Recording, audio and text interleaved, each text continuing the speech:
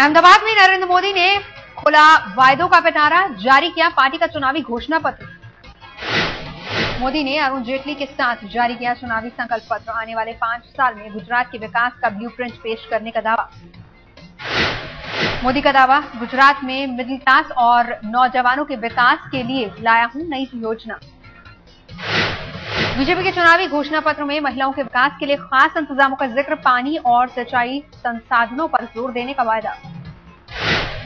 चुनावी घोषणा पत्र जारी होने के बाद कार्यक्रम में दिखाई गई मोदी सरकार पर डॉक्यूमेंट्री, सरकार की योजनाओं और कामकाज का पेश किया गया लेखा जोखा।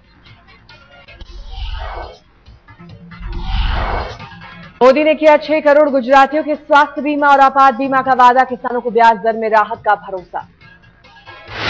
जयपुर जमीन घोटाले पर भी बोले मोदी, कहा इस मामले में गुजरात के गवर्नर का नाम आना बेहद दुर्भाग्यपूर्ण। गुजरात कांग्रेस ने बीजेपी के चुनावी घोषणा पत्र को बताया खोखला, कहा जनता के साथ किया गया मजाक। 17 साल के शासन में बीजेपी सरकार ने हाउसिंग स्कीम को किया बंद, मोदी सरकार ने नहीं दी सस्ता मकान की योजना, बड़े उद्योगपतियों के लिए करते हैं काम। मोदी के घोषणा पत्र पर सीपीएम नेता सीताराम येचुरी की प्रतिक्रिया, मैनिफेस्टो में होते हैं वादे, देखना होगा अब तक कितने हुए पूरे।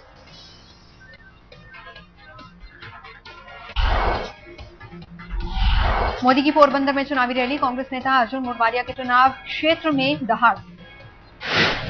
नवजोत सिंह सिद्धू का कांग्रेस पर हमला, सरकार कानून व्यवस्था और प्रधानमंत्री की तुलना गांधी के 3 बंदरों से की। सिद्धू ने ली कांग्रेस पर चुटकी, कहा बिना दूल्हे की कांग्रेस ने निकाली है बारात। अभिनेता परेश रावल भी बीजेपी के प्रचार में जुटे, कई जगहों पर मोदी के लिए मांग रहे हैं वोट। बीजेपी की स्टार प्रचारक स्मृति ईरानी की भी चुनावी रैलियां, सारीगाम, उमरगाम और वापी में प्रचार।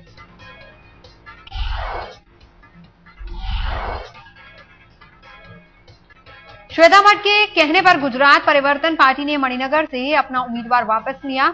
मोदी के खिलाफ चुनावी मैदान में है निलंबित आईपीएस संजीव भट्ट की पत्नी। गुजरात कांग्रेस ने बीजेपी पर बोला सीधा हमला, शंकर सिंह वाघेला ने कहा 17 साल में गुजरात का हुआ बेड़ा गर्क।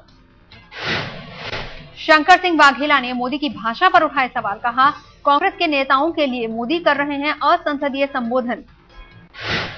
एक बार फिर देखेगा मोदी का 3D अवतार, कल एक साथ 52 जगहों पर प्रचार।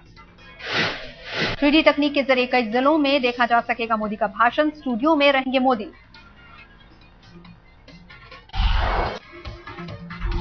कैश सब्सिडी पर घिरी सरकार की सफाई, बजट में हो गया था योजना का ऐलान, अभी तो बस अमल का हुआ आदेश।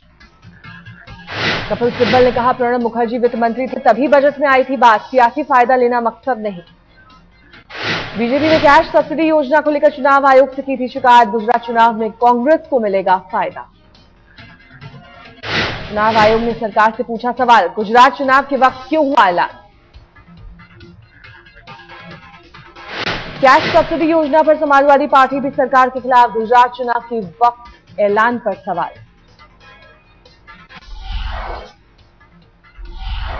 कैश सब्सिडी स्कीम पर बोले बीजेपी नेता प्रकाश जावड़ेकर, कहा स्कीम के बहाने कांग्रेस अपनी कमजोर स्थिति को मजबूत करने की फिराक में। यूपीए की महत्वाकांक्षी कैश ट्रांसफर योजना को झटका, राजस्थान में पायलट प्रोजेक्ट में कई खामियां। राजस्थान के अलवर में कई लोगों के अब तक नहीं खुले खाते, कुछ लोगों के खाते में नहीं आया पैसा। बीजेपी नेता रविशंकर प्रसाद बोले बीजेपी है कैश सब्सिडी स्कीम के खिलाफ, कांग्रेस बताया राजस्थान में क्यों फेल हुई स्कीम। राजीव शुक्ला ने बीजेपी को बताया बिचौलियों की पार्टी, कहा इसीलिए कर रहे हैं कैश ट्रांसफर स्कीम का विरोध।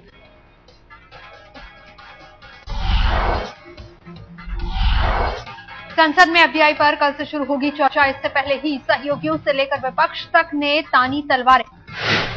मायावती ने दिल्ली में की प्रेस कॉन्फ्रेंस, कहा रिटेल में एफडीआई के पक्ष में नहीं है पार्टी, वोटिंग से पहले बीएसपी लेगी फैसला। गुजरात के मुख्यमंत्री नरेंद्र मोदी ने कहा सरकार ने राज्यों से नहीं ली राय, संघीय ढांचे का किया अपमान। सीपीएम नेता सीताराम येचुरी ने कहा पार्टी हमेशा से खिलाफ बीजेपी की एफडीआई लाने की कोशिश का भी किया था विरोध। तृणमूल कांग्रेस के सांसद कल्याण बनर्जी का बयान, कहा एफडीआई के खिलाफ है पार्टी, जारी रहेगा विरोध। पार्टियों की करमुक्त कमाई पर सियासी हलचल तेज। कांग्रेस नेता सत्यव्रत चतुर्वेदी ने कहा, इस मामले पर संसद ही करेगी अंतिम फैसला।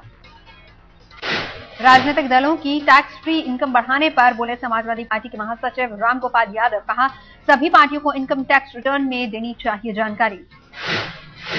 पार्टी की टैक्स फ्री कमाई पर बोले टीआर बालू। कहा, चंदे के खुलासे की नहीं कोई जरूरत। जल संसाधन मंत्री हरीश रावत बोले, पार्टियों की कमाई को उजागर करने का फैसला पॉलिसी से जुड़ा। 3 साल से इस पर चल रही है बहस। शिवसेना सांसद संजय राउत ने पार्टियों की कमाई को टैक्स फ्री होने को बताया गलत। कहा, यह भी एक तरह का करप्शन। जम्मू कश्मीर में कड़ी सुरक्षा के बीच एमएलसी चुनाव के लिए मतदान। 38 साल बाद हो रहे हैं चुनाव। सिंगूर में जमीन अधिग्रहण विवाद पर बंगाल के मंत्री का बेतुका बयान। कहा, अदालत से फैसला अगर विरोध में आए तो जमीन पर कब्जा कर ले किसान। बाला साहेब के स्मारक पर सियासत जारी। गोपीनाथ मुंडे ने कहा, शिवाजी पार्क में ही बने स्मारक। नॉर्वे में बच्चे की कस्टडी लेने के मामले में बोले व्याला रवि। कहा, नॉर्वे के कानून में कैसे दे सकते हैं दखल। संसद ने दी पूर्व प्रधानमंत्री आर के गुजराल को श्रद्धांजलि। लोकसभा और राज्यसभा कल तक के लिए स्थगित।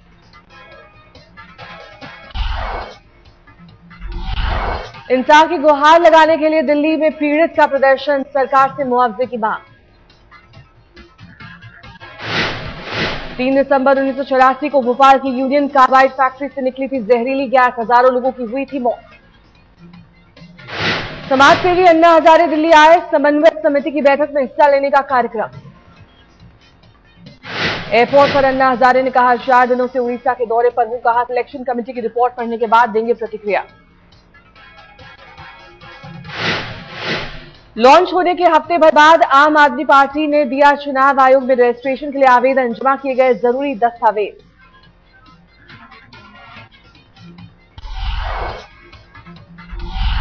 कोलकाता में फिल्म निर्माता ऋत्विक घटक की पोती अदिति की संदिग्ध मौत। परिवार वालों ने दोस्त पर लगाया हत्या की साजिश का आरोप। सिटी कॉलेज में फर्स्ट ईयर की छात्रा है अदिति। शुक्रवार को लापता होने के बाद नाल के किनारे मिली पड़ी बेहोश। बॉयफ्रेंड और 2 लड़कियों के साथ कार में घूमने गई थी अदिति। अस्पताल में भर्ती होने के बाद हुई मौत। मुंबई के गोवंडी इलाके में अपने महिला सुधार गृह से लड़कियों के भागने का सिलसिला जारी। पुलिस के लिए रोक लगाना मुश्किल। पुलिस कर रही है मामले की छानबीन। गिरोह का हाथ होने की आशंका। नहीं मिला कोई सुराग।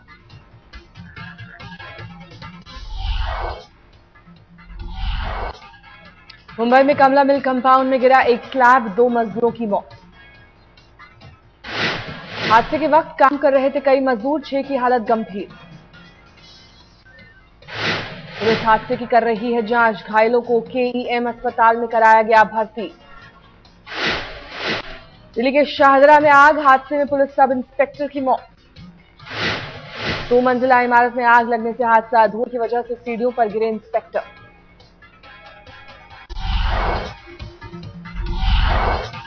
दिल्ली में मेडिकल की तैयारी कर रही छात्रा की संदिग्ध मौत। घर वालों को हत्या की आशंका। हॉस्टल के वार्डन के मुताबिक लड़की ने 3री मंजिल से लगाई छलांग। अस्पताल में हुई मौत। दिल्ली के जनकपुरी इलाके की वारदात। पुलिस कर रही है पूरे मामले की जांच। बीती रात दिल्ली से सटे नोएडा में बदहवास मिली 14 साल की लड़की। सूचना मिलने पर पुलिस ले गई अस्पताल। इलाज के बाद लड़की की अस्पताल से छुट्टी। पुलिस फिलहाल मामले में कुछ भी बोलने को तैयार नहीं।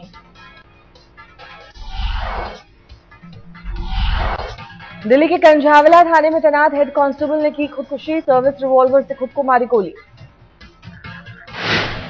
हेड कांस्टेबल तेजपाल की जेब से मिला सुसाइड नोट। मौत के लिए एक महिला और उसके बेटे को जिम्मेदार ठहराया। दिल्ली में कालिंदी कुंज के पास अवैध निर्माण के खिलाफ मुहिम। रेवेन्यू विभाग की कार्रवाई। डिमोलिशन ड्राइव को देखते हुए भारी तादाद में पुलिस बल तैनात। विरोध में उतरे विधायक आसिफ मोहम्मद खान। अवैध निर्माण के खिलाफ मुहिम की वजह से सरिता विहार और जसोला ट्रैफिक जैम। लोगों को भारी परेशानी।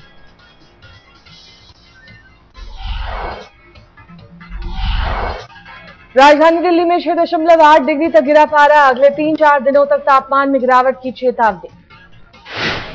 पश्चिमी विक्षोभ कमजोर पड़ने से नहीं मिलेगी ठंड से राहत। मौसम विभाग के मुताबिक पंजाब हरियाणा में भी बढ़ेगी सर्दी। मौसम विभाग ने जारी किया अनुमान, 20 दिसंबर से उत्तर भारत में छा सकती है धुंध, 15 जनवरी तक जारी रहेगा फॉग। घाटी और हिमाचल प्रदेश के पहाड़ों पर जारी है बर्फबारी, मौसम वैज्ञानिकों के मुताबिक सर्द हवाएं पड़ सकती हैं जोर। मनाली में बर्फबारी से सेब बागान मालिकों के चेहरे पर रौनक, बर्फबारी में देरी से सेब की पैदावार पर छाए थे संकट के बादल। कोलकाता टेस्ट से पहले टीम इंडिया ने ईडन गार्डन में बहाया जमकर पसीना, 5 दिसंबर से होगा तीसरा टेस्ट शुरू। इंग्लैंड की टीम भी प्रैक्टिस के लिए मैदान पर पहुंची, कोच एंडी फ्लावर की मौजूदगी में टीम ने प्रैक्टिस सेशन में बनाई रणनीति। कोलकाता की पिच को लेकर इंग्लैंड के खेमे में असमंजस की स्थिति, पिच विवाद पर इंग्लिश टीम ने जताई निराशा। ईडन गार्डन कोच का बयान, कहा कोलकाता टेस्ट पुरानी और रणजी ट्रॉफी में इस्तेमाल की हुई पिच पर खेला जाएगा, पिच पर पेस और बाउंस भी होगा। टीम इंडिया के पूर्व कप्तान सौरव गांगुली को भरोसा, कोलकाता टेस्ट जीतकर भारत करेगा सीरीज पर कमबैक, सचिन से दादा को शतक की भी आस।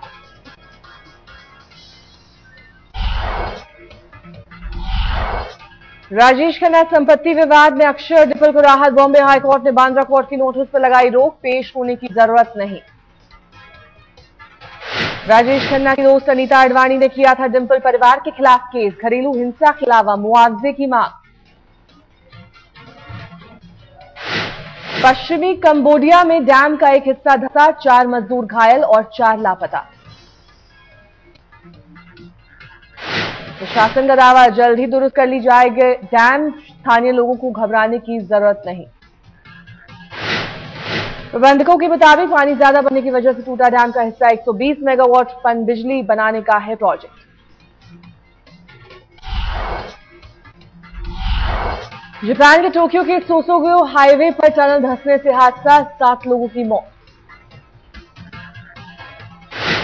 टनल से गुजर रही गाड़ियों पर गिरी कंक्रीट की छत, कई लोगों के मलबे में दबे होने की आशंका। कैलिफोर्निया में बाढ़ से फिर बेहाल हुए लोग, एक हफ्ते के भीतर तीसरी बार बाढ़ का कहर। मिस्र के तहरीर चौक पर राष्ट्रपति मोर्सी के खिलाफ विरोध प्रदर्शन जारी, रात भर हजारों लोगों ने झंडे बैनर लेकर की नारेबाजी। डोमिनिकन रिपब्लिक में एक टीवी मैजिक शो के दौरान हादसा, शो के मेजबान ने जादूगर के सिर पर जलने वाला लिक्विड डालकर लगाई आग, डॉक्टर के मुताबिक सुरक्षित है मैजिशियन। मोरक्को के माराकेश में बॉलीवुड दिग्गजों का लगा मेला, हिंदी सिनेमा के 100 साल पूरे होने पर खास आयोजन। चीन के जिनजियांग इलाके में भारी बर्फबारी से हाहाकार, 11,000 लोगों पर असर, हाईवे पर कई गाड़ियां धंसी।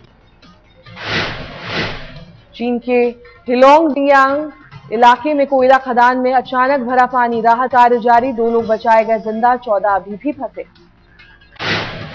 लंदन के एक पार्क में 2,500 सांता की अनोखी दौड़, शादी के लिए जमा कर रहे थे पैसे। अर्जेंटीना की राजधानी ब्यूनस आयर्स में कई लोगों ने एक साथ किया टैंगो डांस, टैंगो के राष्ट्रीय दिवस के लिए चल रही है तैयारियां।